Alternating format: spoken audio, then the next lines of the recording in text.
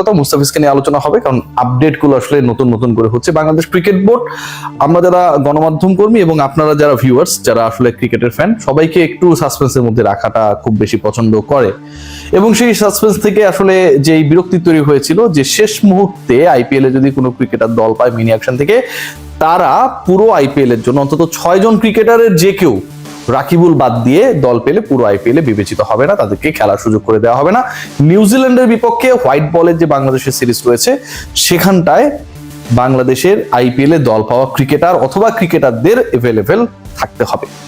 মুস্তাফিজ পুরো আইপিএল খেলতে পারবেন কি পারবেন না, এরকম যখন একটা শঙ্কা বা সংশয়ের সিচুয়েশন তৈরি হয়েছে, রিপোর্ট হয়েছে, এবং সেই আনএভেলেবল মুস্তাফিজকেই বিট করেছে অন্তত 3 থেকে 4টা ফ্র্যাঞ্চাইজি গতকালকে মিনি অকশনে।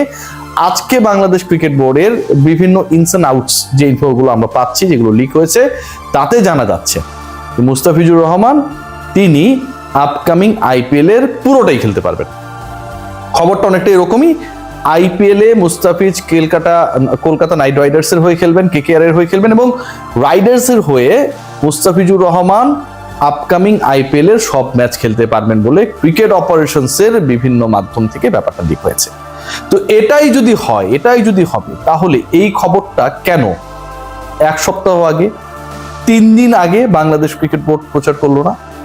মুস্তাফিজকে যে সেটে রাখা হয়েছিল, সেট বিতে, অথবা মুস্তাফিজকে নিয়ে অন্য ফ্র্যাঞ্চাইজি যেগুলো বিট করেছিল, অথবা শেষ পর্যন্ত কলকাতা নাইট রাইডার্স তাকে যখন দলে ফেরালো, তার আগ পর্যন্ত যারা কম্পিটিশনে ছিল, যদি পুরো সিজনের জন্য মুস্তাফিজ অ্যাভেলেবেল থাকতো, বাংলাদেশ ক্রিকেট বোর্ড যদি শুরুতেই সেই খবরটা জানিয়ে দিত, নিশ্চয়ই তার প্রাইসটা আরো হাই হতে পারতো, আরো আগে তিনি পিকড হতে পারতেন। কিংবা যেই ক্রিকেটার আসলে পিকড হন নাই, তাদের কারো ব্যাপারেও অন্তত কিছুটা হলেও আগ্রহ তৈরি হতে পারতো। কোনোটাই হয় নাই। But good news is that Mustafiz is going to be the part of next IPL for the full season. Bangladesh cricket board অবশেষে তারা তাদের দয়া দাক্ষিণ্য মহানুভবতায় এই ব্যাপারটাকে এস্টাবলিশ করেছেন। অফিসিয়াল এটা মোটামুটি বলে ফেলা যায়। সেকেন্ড পার্ট যেটা, এটাও আপনাদেরকে একটা দারুণ খবর দিতে চাই যে মুস্তাফিজকে নিয়ে একটা সংশয় তৈরি হয়েছে। যদি চেন্নাই তিনি খেলতেন, he could play all the matches, এরকম একটা ব্যাপার তৈরি হয়েছে। এবং চেন্নাইয়ে না খেলার কারণে মুস্তাফিজুর রহমান শেষ পর্যন্ত 9,20,00,000 রুপি রেকর্ড বাংলাদেশিদের ক্ষেত্রে কলকাতা নাইট রাইডার্সের হয়ে খেলার কারণে সব ম্যাচ খেলতে পারবেন না, এবং তাকে আলটিমেটলি কম্পিট করতে হবে মাথিসা পাথিরানার সাথে। দেখুন, মুস্তাফিজ যখন প্রথমবার চেন্নাই খেলেছিল, একমাত্র চেন্নাইয়ের যে অ্যাপিয়ারেন্সটা তার ছিল গত আইপিএল এর আগের আইপিএল এ 2023 আইপিএল এ, সেই আইপিএলেও যদি আমরা খেয়াল করি, মুস্তাফিজের 11-এ সুযোগ পাবার ক্ষেত্রে সবচেয়ে বড় কম্পিটিটর ছিলেন পাথিরানা। প্রথম ব্যাপার যেটা, সেটা হচ্ছে ডেথ ওভারে পাথিরানা অনেক বেশি ভয়ঙ্কর, অনেকটাই মুস্তাফিজের মতো একটা এক্স ফ্যাক্টর তার মধ্যে কাজ করে। এবং সবচেয়ে ভয়ঙ্কর এবং গুরুত্বপূর্ণ যে ইস্যুটা সামনে এসেছিল, সেটা হচ্ছে বিদেশি ক্যাটাগরিতে ফরেন কোটায় ওভারসিজ ক্রিকেটার যখন ম্যাচ অনুষ্ঠিত হবে, আপনি 4 জনের বেশি অ্যাট এ টাইম মাঠে নামাতে পারবেন না। সো মুস্তাফিজ নাকি পাথিরানা, কে খেলবে, এই নিয়ে যখন ডিসকাশন বা আলোচনা হচ্ছিল, ঠিক তখন মুস্তাফিজ সবশেষ চেন্নাইয়ের হয়ে যে আইপিএলটা খেলেছিলেন, সেখানটায় 9 ম্যাচ খেলেছিলেন। বাংলাদেশে ফিরে আসার আগ পর্যন্ত 9 ম্যাচে 14 উইকেট নিয়ে হাইয়েস্ট উইকেট টেকার ছিলেন জয়েন্টলি। মুস্তাফিজ পাথিরানার সাথে চেন্নাইয়ের মতো দলে, যেই দল ডিক্টেটেড বাই MS ধোনি, সেই দলে যখন সুযোগ পান, তখন আমাদের মধ্যে একটা হাহুতাশ তৈরি হয়েছিল যে মুস্তাফিজ তো বেশি ম্যাচ পাবে না। But he played for Chennai Super Kings till his last day, এবং তিনি টপ উইকেট টেকার ছিলেন।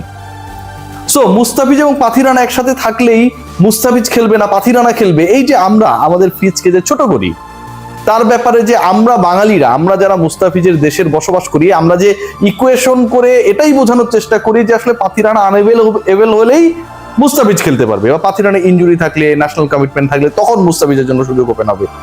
এটা যে সব ক্ষেত্রে সত্য না, এবং এই ব্যাপারটা যে একটা চরম ভুয়া ব্যাপার, এটা কিন্তু 2023 প্রমাণিত হয়ে গেছে। পাথিরানা মুস্তাফিজ একসাথে আইপিএল খেলেছিলেন, এবং পাথিরানার থেকে মুস্তাফিজ তার লাস্ট ম্যাচটা যখন চেন্নাইয়ের হয়ে খেলেন, তখন উইকেট টেকার হিসেবে টেবিলের টপে ছিলেন ফিচ। ইন্টারেস্টিং পার্ট কি জানেন, কলকাতা যে 63.30 কোটি বা 64.30 কোটি রুপি নিয়ে বসলো মিনি অকশনে, তারা তো 3 জন ক্রিকেটার কিনতেই খরচ করেছে প্রায় 53 কোটি রুপি। 3 জন, ক্যামেরন গ্রিন 25 কোটি 20 লাখ, পাথিরানা 18 কোটি, 25 আর 18-কে যোগ দিলে 43 কোটি 20 লাখ হয়ে যায়, এবং মুস্তাফিজুর রহমান 9 কোটি 20, তার মানে 52 কোটি 40 লক্ষ রুপিস তারা 3 জন ক্রিকেটার কিনতে খরচ করেছে। 52 কোটি 40 লক্ষ রুপি যেই দলটা খরচ করেছে 3 জন ক্রিকেটার কিনতে, সেই দল যেই দল মুস্তাফিজকে কিনতে শেষ পর্যন্ত বিড করেছে প্রায় 9.5 কোটি রুপিতে কিনেছে, তাকে কি বেঞ্চে বসিয়ে রাখার জন্য কিনেছে? পাথিরানা না খেললে মুস্তাফিজ খেলবে এই চিন্তা থেকে কিনেছে? Definitely not.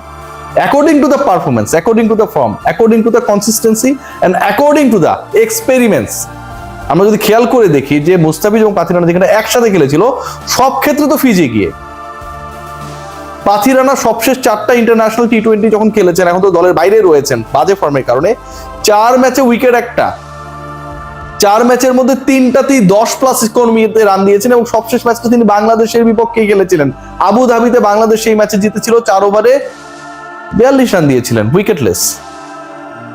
মুস্তাফিজুর রহমানের গত 20টা ম্যাচে এবছরে 26 উইকেট, আইএল টি20তে অসাধারণ খেলছেন, সবশেষ আইপিএলে 3 ম্যাচে 4 উইকেট নিয়েছিলেন, রিপ্লেসমেন্ট ক্রিকেটার হিসেবে স্ট্রেসড হয়ে ভ্রমণ ক্লান্তিকে জয় করে তিনি দিল্লি ক্যাপিটালসের হয়ে খেলেছিলেন, যেই দিল্লি ক্যাপিটালস তাকে নিয়ে বিট করেছিল গতকাল।